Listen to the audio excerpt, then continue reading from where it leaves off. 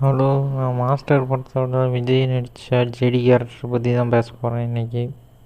அவருக்கு சின்ன வயசுலேருந்தே அவங்க அப்பா அம்மா இல்லாததுனால ஒரு ரொம்ப சோகமான ஒரு ஆளாக தான் இருப்பார்.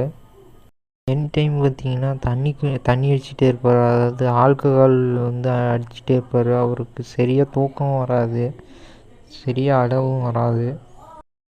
காலேஜிலலாம் பார்த்திங்கன்னா ஸ்டூடெண்ட்ஸ் கிட்ட ரொம்ப அன்பாக நடந்துக்குவார்.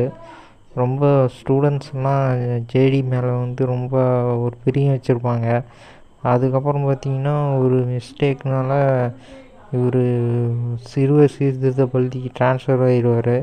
அங்கேயும் பாட்டெலாம் பாடி ஸ்டூடெண்ட்ஸை தான் பக்கம் இழுத்துருவார்.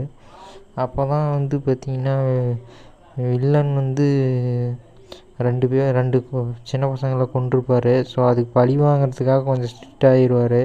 ஸ்ட்ரிக்ட் ஆனதுக்கப்புறம் செல்ஃபோன்லாம் எடுத்து உடச்சிட்டு ரொம்ப ஸ்ட்ரிக்டான ஒரு ஆளாக மாறிடுவார். ஸ்ட்ரிக்டாக மாறி கொஞ்சம் அந்த பசங்களெல்லாம் திருத்தி ஒரு நல்வழிக்கு கொண்டு வந்துடுவார். இந்த பசங்களை கெடுக்கிற வில்லன் இந்த அவங்களுக்கு தேவையான அந்த போதைப் பொருள் எல்லாம் கொடுக்கறதுக்கு பச்சை குத்தி விட்ருப்பாங்க பசங்க மேலே.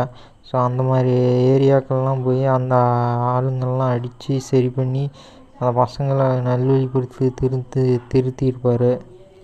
இல்லை, வில்லனையும் கொலை பண்ணிவிட்டு ஜெயிலுக்கு போயிடுவார். அதுதான் ஜேடி கேரக்டரோட கான்செப்ட்டு.